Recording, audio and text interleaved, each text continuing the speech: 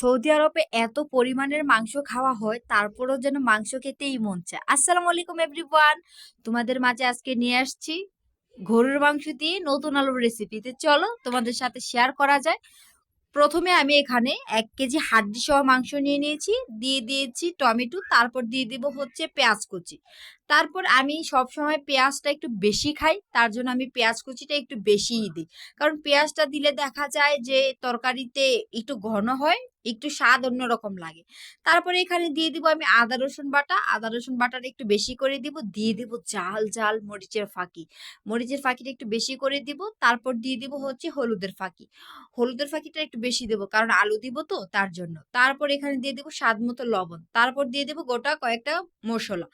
তারপর এখানে দিয়ে দিব হচ্ছে আমি তেল, তেলটা দেওয়ার পর তারপরে আমি দিয়ে দিব আবার একটু সরষার তেল।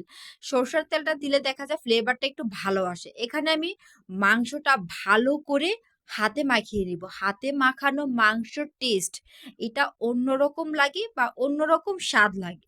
তো এখানে আমি ভালো করে হচ্ছে মাংসটাকে মাখিয়ে নিব। এই তো আমার মাংস মাখানো হয়ে গেছে, দেখো কত সুন্দর হয়েছে মাখানোটা। তারপর এখানে আমি অল্প একটু পানি দিয়ে চুলাতে মাংসটা বসিয়ে দিব। প্রথমে মানে কোনো পানি দিব না, জাস্ট হাত ধোয়ার পানিটা দিয়ে আমি চুলা বসিয়ে দিব। তারপরে এখানে আমি ঢেকে দিব।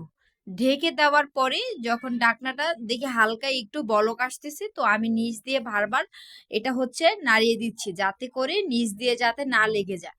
তো এখানে অনেকটা পানি উঠেছে, তারপরে এখানে দেখো বলক চলে আসছে, তারপর আমি একটু নাড়িয়ে নিব। তারপরে এখানে একবার কষিয়ে নিয়েছি, যে পানিটা শুকিয়েছে, শুকানোর পর তেলটা যখন বেশি আসছে, তারপর এখানে আমি আবারও দিয়ে দিব গরম পানি। গরম পানি দেওয়ার পরে এখানে বলক সাথে সাথে বলক চলে আসছে। তারপরে এটাকে আমি পানিটাকে ভালো করে কষিয়ে একদম দেখো মাখা মাখা তেল উঠে গেছে। তারপরে এখানে আমি দিয়ে দিব কেটে রাখা আলু। নতুন আলু যত স্বাদ একটু অন্যরকম লাগে, ভালো লাগে খেতে, তার জন্য এখানে আমি কয়েকটা আলু কেটে নিয়েছি, দিয়ে দিব আলুটা। আলুটাকে আমি প্রথমে পানি দিব না, আলুটার সাথে প্রথমে এখানে আমি ভালো করে এটাকে আমি এই আলুটাকে কষিয়ে নিব।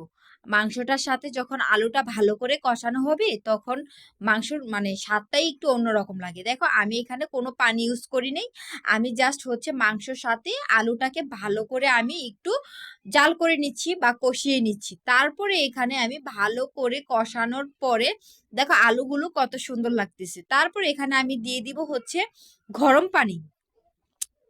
এখানে আমি সবসময় তরকারির মধ্যে মাংস রান্না করলে গরম পানি দেওয়ার জন্য চেষ্টা করি। তো এখানে আমি দিয়ে দিব হচ্ছে বেশি করে গরম পানি। গরম পানিটা দিলে দেখা যায় কি মাংসের সিদ্ধটাও থেকে যায়, তারপরে তাড়াতাড়ি সিদ্ধ হয়ে যায়। ঠান্ডা পানি দিলে মাংসটা আবারও কাঁচা হয়ে যায়, তার জন্য এখানে আমি দিয়ে দিয়েছি গরম পানি। গরম পানিটা দেওয়ার পরে এখানে আমি ভালো করে আলুগুলো ঢেকে দিচ্ছি যাতে করে হচ্ছে আলুটা সিদ্ধ হয়ে যায়। অলমোস্ট আমার তরকারিটা হয়ে গেছে, আলুগুলো সিদ্ধ হয়ে গেছে, মানে অনেক তাড়াতাড়ি হয়ে গেছে। তো সবাই আমার পাশে থাকবা। আমার ভিডিওটা কেমন লাগছে অবশ্যই কমেন্ট করে জানাবা। টাটা।